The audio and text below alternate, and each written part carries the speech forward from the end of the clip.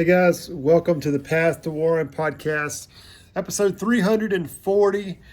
Today is a beautiful Wednesday afternoon. I'm going to show you where I'm at. I am in downtown Atlanta near the Lenox Mall.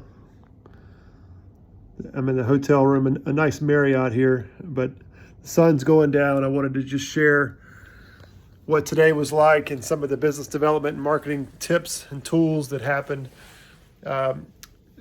It was a very productive day. Got out here around lunchtime. I went and had a nice little poke bowl at a neat place. I had spent yesterday afternoon narrowing the list down. So I'm calling on attorneys and insurance adjusters. For those that don't know, we do forensic engineering work. And right now during this very long COVID-19 pandemic, all of the insurance adjusters pretty much seem like they're working from home. All of the big offices are closed. So where I would have just walked in there and talked to somebody and gotten in the door, and that didn't work anymore because nobody's in these big offices. Everybody's working remotely. However, lawyers are a different story. So I focused on marketing to these attorneys. Well, yesterday, before I left the office, I had on my list of things to do. I wanted to make sure I made my map. So I make an it's called easymapmaker.com. I've shared about this before, but with easymapmaker.com, you can create a simple map by dropping Excel documents, cells from Excel into this Excel spreadsheet. So I took our list of it's right at 1,000 people, 1,000 contacts. I took that list of 1,000 people and narrowed it down to right around 200, 250 people. Now, who did I pick? Which ones did I decide to go with? I chose the law firms that were like Johnny's law firm, the ones that are not 5 names lined up, in a row.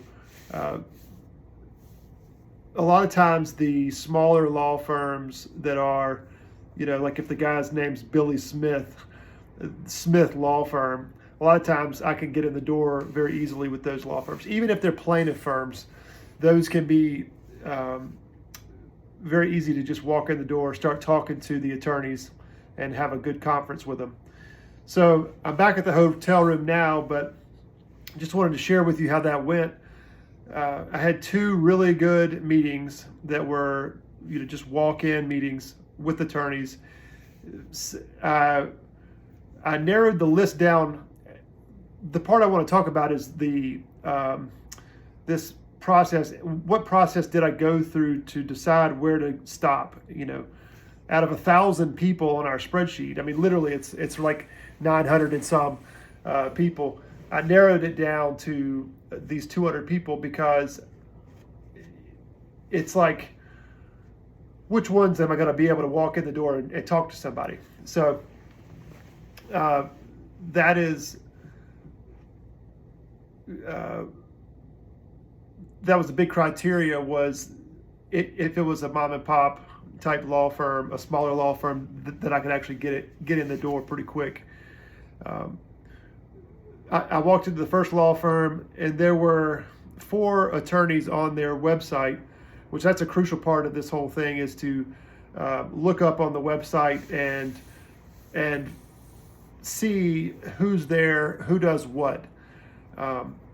I normally like to take the time to do that, because if I'm going to walk in the door, I want to be able to know which attorneys are doing personal injury work, which are the ones are doing workers' comp work, which guys are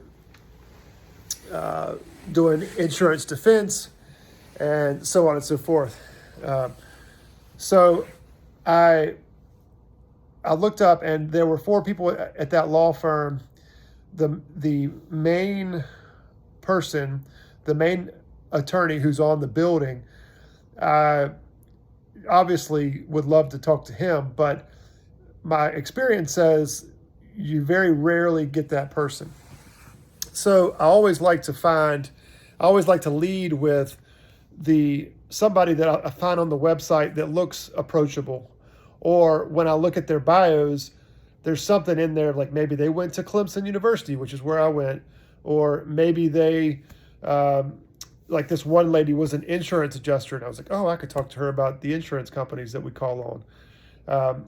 So I walk into this first law firm, and there's the receptionist, and this is in a real big skyscraper in Atlanta.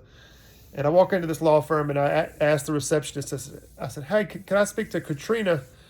And she's like, yeah, sure, 1 second. So she goes to Katrina, and I could hear them. It's always fun because you can hear what they say sometimes. I could hear her talking to somebody. She's like, Matt Warren is here. Matt Warren with Warren Engineering, and the paralegal. You could hear her open the lawyer's door, and it was like Matt Warren with Warren Engineering, and she was like, I don't know.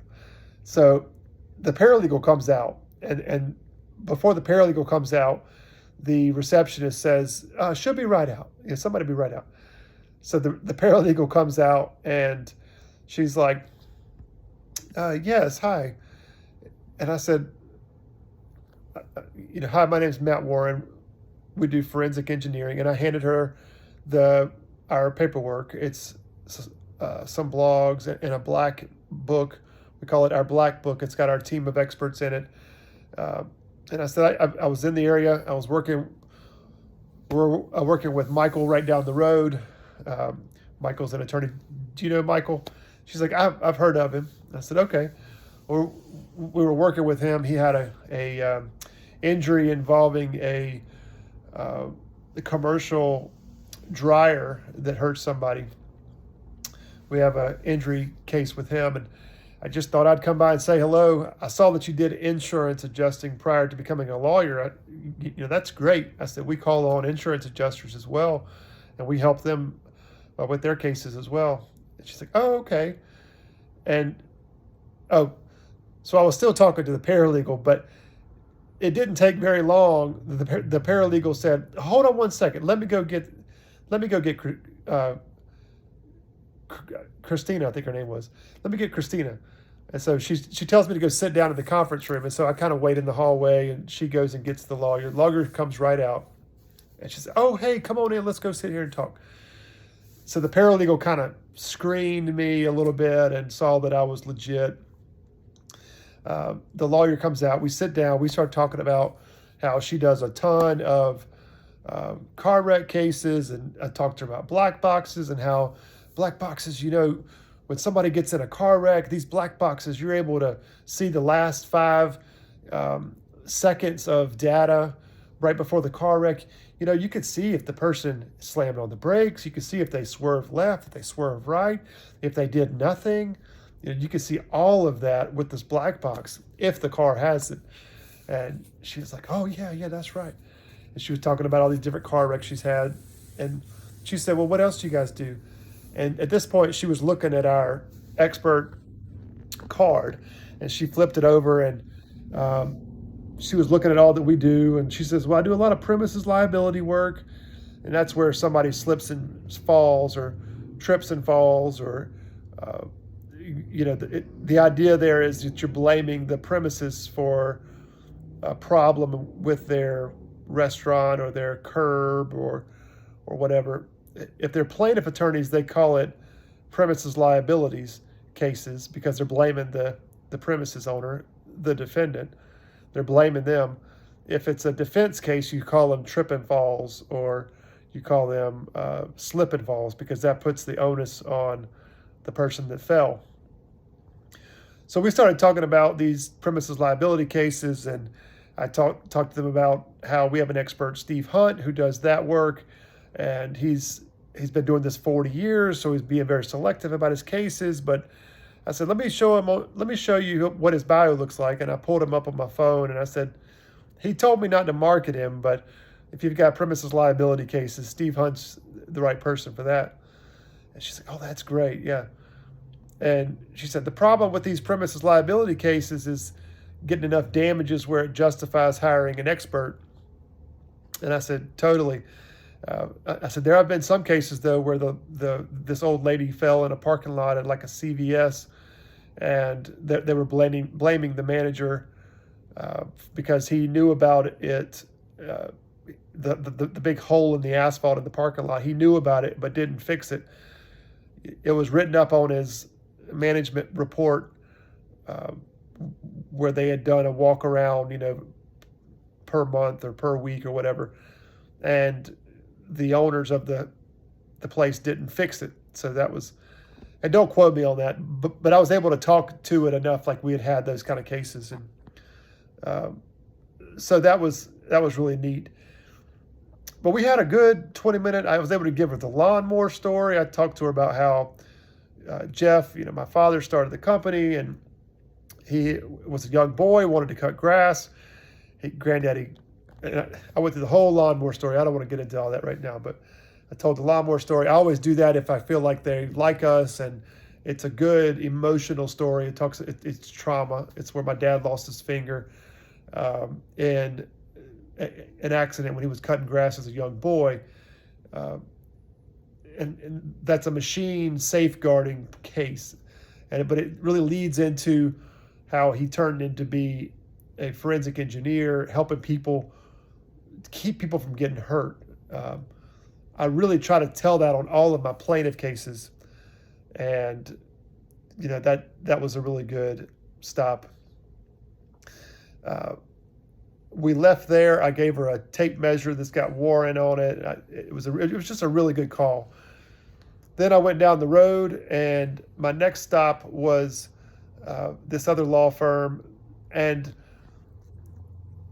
let me just say this. So after I stopped for lunch, I told you I got a poke bowl. I then walked right next door to this coffee shop. I had a 1:30 call with our Megan and my tax lady, Meredith. We're trying to set up a SEP IRA, an SEP, a SEP IRA for Megan for retirement. And I needed a place to sit down and pull up a document. So I found this coffee shop. I did that right after lunch. It was at 1:30. And from that until about 2:15, I did my numbers. I updated my numbers on my spreadsheet. And I sent a few emails that needed to go out because I got some emails while I was driving to Atlanta. I did my emails. But then the important part I want you to know about business development is what I did was I pulled up the easy map maker that I'd already made the day before. I was able to look on my phone, see where I was. I saw 285 and some other road, and I was like, okay, I'm right here. So the closest law firm for me to go to would be this one, and that one. And I write up my number. So I got my journal in the coffee shop, and I put the law firm, I draw a square around it, and I put number one. Then I pull them up on the website. On their website, I see, okay, this law firm has 3 lawyers. One of them does workers' comp. I'm not going to talk to her. The other one does employment issues. I'm not going to talk to that one. But this one does personal injury, and this one does auto wrecks, and this one does product defects. And so I'm able to write down the attorneys' names at that law firm under that law firm in my journal. I narrow down the active lawyers at that law firm. Well, why do I do that? Well, for a couple reasons. I want to get real-time updates on who's there, who's not there. Their website normally has that live current information. But then I'm able to see who does what based on their website. So a lot of times I'm able to see their picture. I'm able to see if they're smiling, if they look like they're an kind of an angry person, if they're a happy person, if they're bubbly, able to see if they're a flashy person, if they have a pinstripe suit on, that's a person that'll see me. I'm able to see if they're big and tall and gruff, or if they're small and light and weak.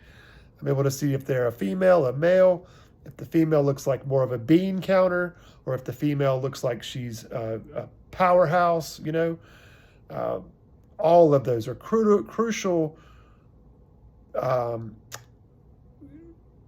red flags or crucial targets. I can look at them, and real quickly, I looked at this law firm and was able to pick out Katrina.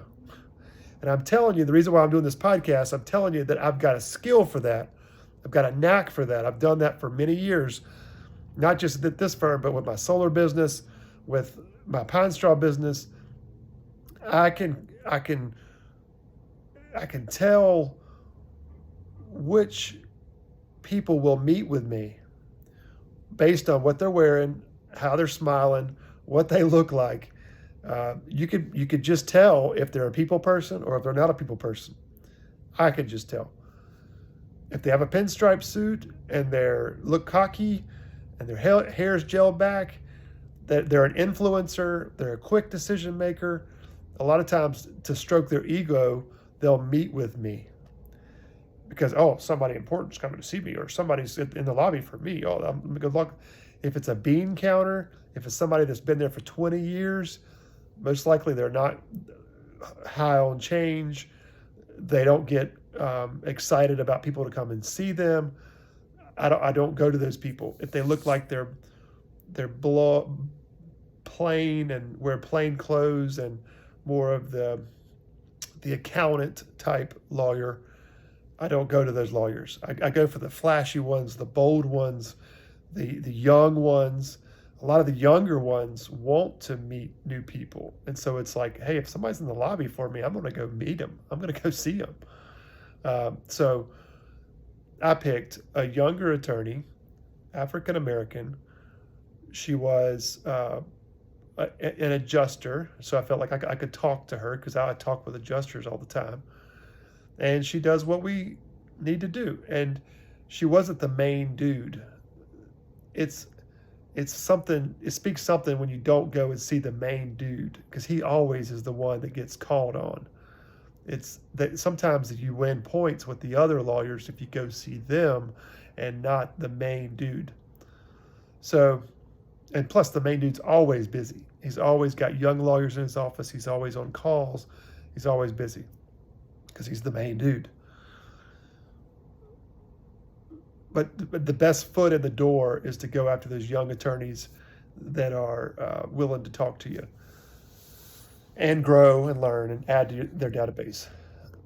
So I went to the second law firm.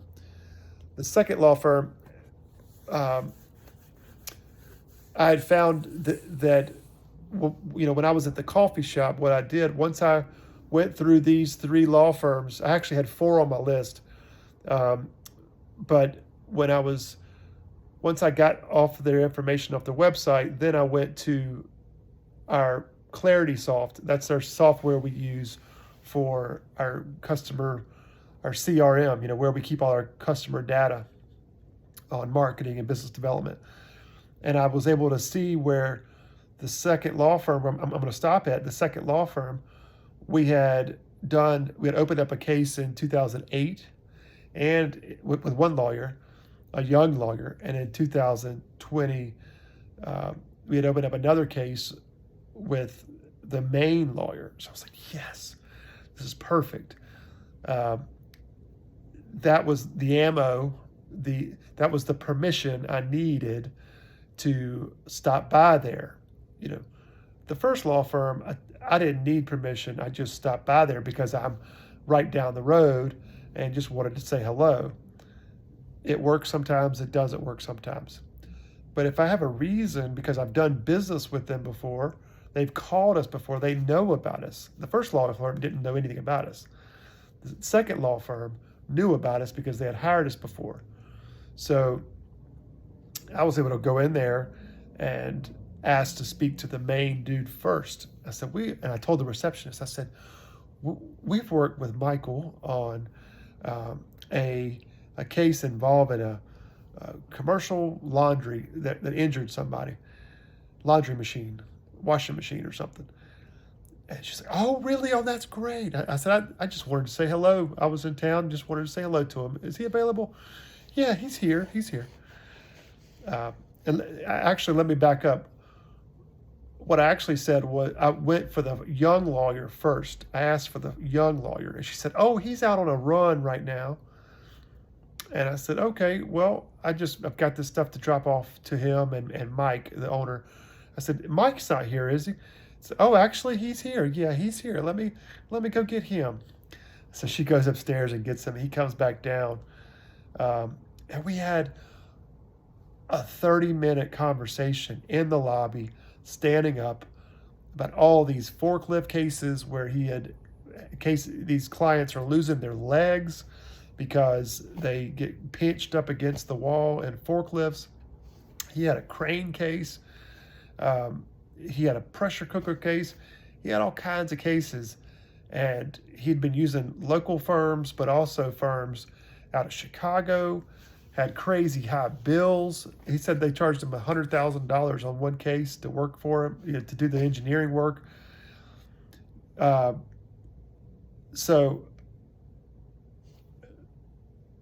and he was kind of standoffish. He walked down the steps when I first got there.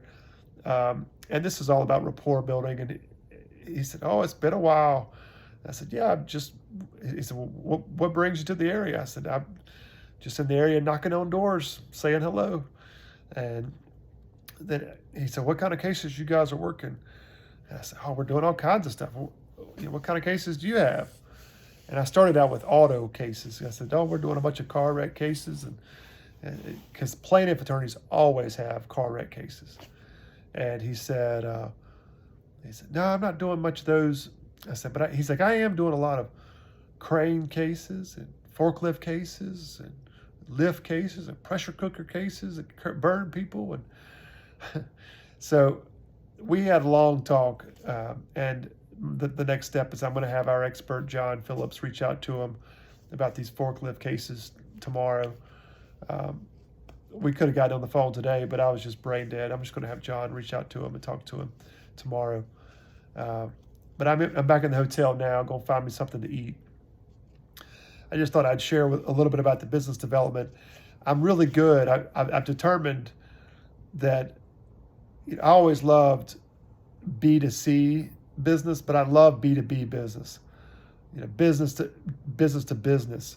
I really have got a lot of history with B2C, business to direct consumer, talking directly to the client, but I love dealing with the businesses. So we're like dealing with these attorneys that are then dealing with the client. Our client is the client that works for another client. So anyway, it was a great day. I'm tired. It's been a long day. Just wanted to check in. I'll give you one more view here of the city for those that are on YouTube. The old sun's going down.